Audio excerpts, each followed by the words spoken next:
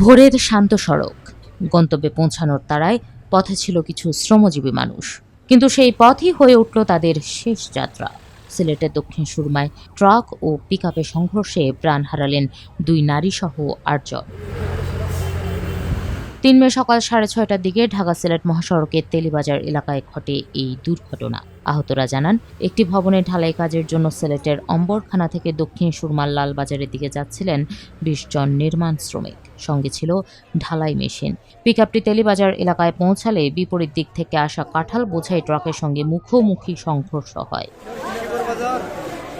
দুর্ঘটনার কিছুক্ষণ পরই ঘটনাস্থলে পৌঁছে 4 জনের মরদেহ উদ্ধার করে ফায়ার সার্ভিস। হাসপাতালে নেওয়ার পথে মৃত্যু হয় আরও 4 জনের।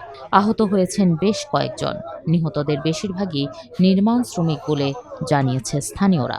আমি দেশের বাড়িতে আনলাম, 7টার সময় খবর পাইলাম আমার ভাই অ্যাক্সিডেন্ট করছে। তো রওনা দিলাম, আয়ার যাওয়া আইসি পরে শুনে আমার ভাই মারা গেছে। রোডের মাঝে গাড়িতে বাজি বাজি আপনার কারণে একটা অ্যাক্সিডেন্ট হয়ে গেছে। খরা সত্ত্বে তো মেডিকেল লয়ে আইলো, আইসে পরে তো গাড়িজান তো গাড়িতে খবর পাই আমরা আইলাম। আইসে পরে তো দেখি আমার ভাই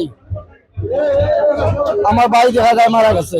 ঘটনা তো তারা ডালাই খামো গেছে, ডালাই খাম তো নিয়ে তারা গাড়ির মাঝে অ্যাক্সিডেন্ট হয়েছে। আজকে সকালে ঢাকা সিলেট হাইওয়ের তেলিহাওর এলাকায় একটি সড়ক দুর্ঘটনা হয়। এতে ভোরে সকাল আনুমানিক 7টার দিকে Sylhet MAG Usmani medical college হাসপাতালের ইমার্জেন্সি বিভাগে মৃত অবস্থায় আমরা 8 জনকে পাই। 8 জনের মধ্যে হচ্ছে 2 জন নারী এবং 6 জন পুরুষ। দুর্ঘটনা কবলিত ট্রাক ও পিকআপ জব্দ করা হয়েছে। ফায়ার সার্ভিসের ধারণা, চালকের ঘুমের কারণেই দুর্ঘটনা হয়েছে। শ্রমিক নিয়ে যাচ্ছিল সুনামগঞ্জের দিকে, আর খাগড়াছড়ি থেকে একটা ট্রাক সিলেটে যাচ্ছিল কাঁঠাল বোঝাই।